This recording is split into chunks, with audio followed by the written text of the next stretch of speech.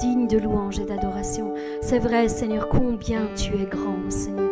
Combien tu es grand et digne de louange, Seigneur. Alléluia. Dans 2 Samuel 7, à partir du verset 18, David disait ceci. David alla se présenter devant l'Éternel et dit: Qui suis-je, Seigneur éternel? Et quelle est ma maison pour que tu m'aies fait parvenir où je suis? C'est encore peu de choses à tes yeux, Seigneur éternel. Tu parles aussi de la maison de ton serviteur pour les temps à venir, Seigneur. Et tu daignes instruire un homme de ces choses, Seigneur éternel. Que pourrait dire de plus David? Tu connais ton serviteur, Seigneur éternel. À cause de ta parole et selon ton cœur, tu as fait toutes ces grandes choses pour les révéler à ton serviteur. Que tu es donc grand, éternel Dieu, car nul n'est semblable à toi, et il n'y a point d'autre Dieu que toi, d'après tout ce que nous avons entendu de nos oreilles. Est-il sur terre une seule nation qui soit comme ton peuple, comme Israël, que Dieu est venu racheter pour en former son peuple, pour se faire un nom et pour accomplir en sa faveur et en faveur de son pays les miracles et les prodiges, en chassant devant ton peuple que tu as racheté d'Égypte des nations et de leurs dieux? Tu as affermi ton peuple Israël pour qu'il fût ton peuple à toujours. Et toi, Éternel, tu es devenu son Dieu. Maintenant, Éternel Dieu, fais subsister jusqu'à l'éternité la parole que tu as prononcée sur ton serviteur et sur sa maison. Et agis selon ta parole, Seigneur. Agis selon ta parole, Seigneur. Que ton nom soit à jamais glorifié et que l'on dise: l'Éternel des armées est le Dieu d'Israël. Et que la maison de ton serviteur David soit affermie devant toi. Qu'elle soit affermie devant toi, Seigneur. Alléluia. Car toi-même, Éternel des armées, Dieu d'Israël, tu t'es révélé à ton serviteur en disant: je te fonderai une maison. C'est pourquoi ton serviteur a pris courage pour t'adresser cette prière. De même, Seigneur, nous t'adressons la même prière, Seigneur. Maintenant, Seigneur éternel, tu es Dieu, et tes paroles sont vérité, et tu as annoncé cette grâce à ton serviteur. Veuille donc bénir la maison de ton serviteur, veuille donc bénir la maison de ton serviteur, afin qu'elle subsiste à toujours devant toi, qu'elle subsiste à toujours devant toi, Seigneur. Car c'est toi, Seigneur éternel, qui as parlé. Et par ta bénédiction, la maison de ton serviteur sera bénie éternellement. Alléluia. Sois béni, Seigneur. Nous voulons t'adresser, nous aussi, cette même prière, Seigneur.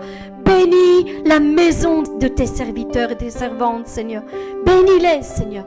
Bénis-les au-delà, Seigneur, de ce qu'ils peuvent penser ou même imaginer, Seigneur. Seigneur, fais descendre la bénédiction du ciel. Toi qui as établi toutes les limites de la terre, tu as tout créé de ta main. Le ciel et la terre t'appartiennent. La création tout entière est à ton service. Tu as créé le ciel, les étoiles, les astres, et tu leur donnas une direction à suivre, un chemin au sein des ténèbres. Tu les fis briller au milieu de la nuit.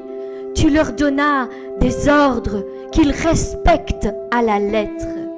Nul ne bouge au-delà de tes ordres, Seigneur. Tu as créé les océans et tu as aussi fixé leurs limites. Les vents ne soufflent que selon tes ordonnances et les mers ne mugissent qu'au son de ta voix. Tu créas le ciel, les nuages et les ouragans. La pluie ne descend du ciel pour arroser la terre que si tu le désires la rendre fertile. Tu créas la terre et tout ce qu'elle contient, les animaux des champs et les poissons, le bétail et les oiseaux du ciel. Aucun d'entre eux ne tombe à terre sans que tu l'aies décidé. Tu as créé De même, l'homme et la femme, selon ton image, Seigneur. Tu les as créés tous deux à ton image. Et tu leur insufflas le souffle de vie. Tu les plaças dans le jardin d'Éden, ce jardin si paradisiaque, pour leur donner tout en abondance. Tout ce que tu désirais était de t'aimer en retour. C'est tout ce que tu demandais, qu'ils t'aiment en retour. Qu'ils aient une relation d'amour avec toi. Mais la tentation fut plus forte et ils sont tombés et ils t'ont oublié. Mais tu ne perdis pas espoir, Seigneur. Tu continuas à croire en eux et tu mis tout en place pour leur parler au travers les générations. Tu parlas à tes enfants afin qu'ils te connaissent, toi, le seul et unique vrai Dieu. Tu leur donnas des instructions et des ordres afin de les suivre et qu'ils vivent heureux sur la terre, eux et leurs enfants après eux. Et tu leur montras le chemin depuis le commencement. Et de la même manière que tu instauras des limites pour toute ta création, tu en établis aussi pour tous tes enfants. Et tu leur demandas de les suivre. Tu établis la vie et la mort devant leurs pas, la bénédiction et la malédiction. Mais tu leur laissas le choix, la liberté de choisir le bien ou le mal, la vérité ou le mensonge, l'obéissance ou la désobéissance. Bref, la vie ou la mort. Encore aujourd'hui, tu désires toujours la même chose de la part de tes enfants. Leur cœur, leur amour.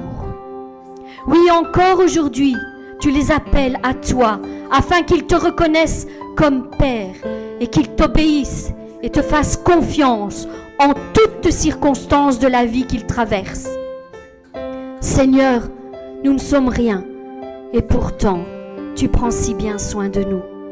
Tout ce que nous sommes, nous te le devons.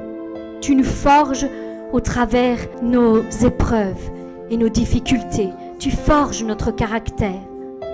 Tout ce que nous avons en notre possession, nous te le devons. Tous nos biens sont à toi. Tout ce que nous avons obtenu vient de ta main. Il n'y a rien que nous puissions faire de nous-mêmes. Nos fils et nos filles, là encore, c'est toi qui nous les donnes comme un cadeau précieux. Car si tu décidais de fermer notre sein maternel, nous ne pourrions pas enfanter. La sagesse et l'intelligence pour les éduquer, c'est toi qui nous les donnes. Pour les élever, pour les combler, encore là, Seigneur. Seigneur, tout est grâce devant toi. La force pour avancer chaque jour, c'est toi qui nous en fais cadeau. Seigneur, comment ne pas te louer? Seigneur, comment ne pas te louer? Comment ne pas élever ton nom, Seigneur?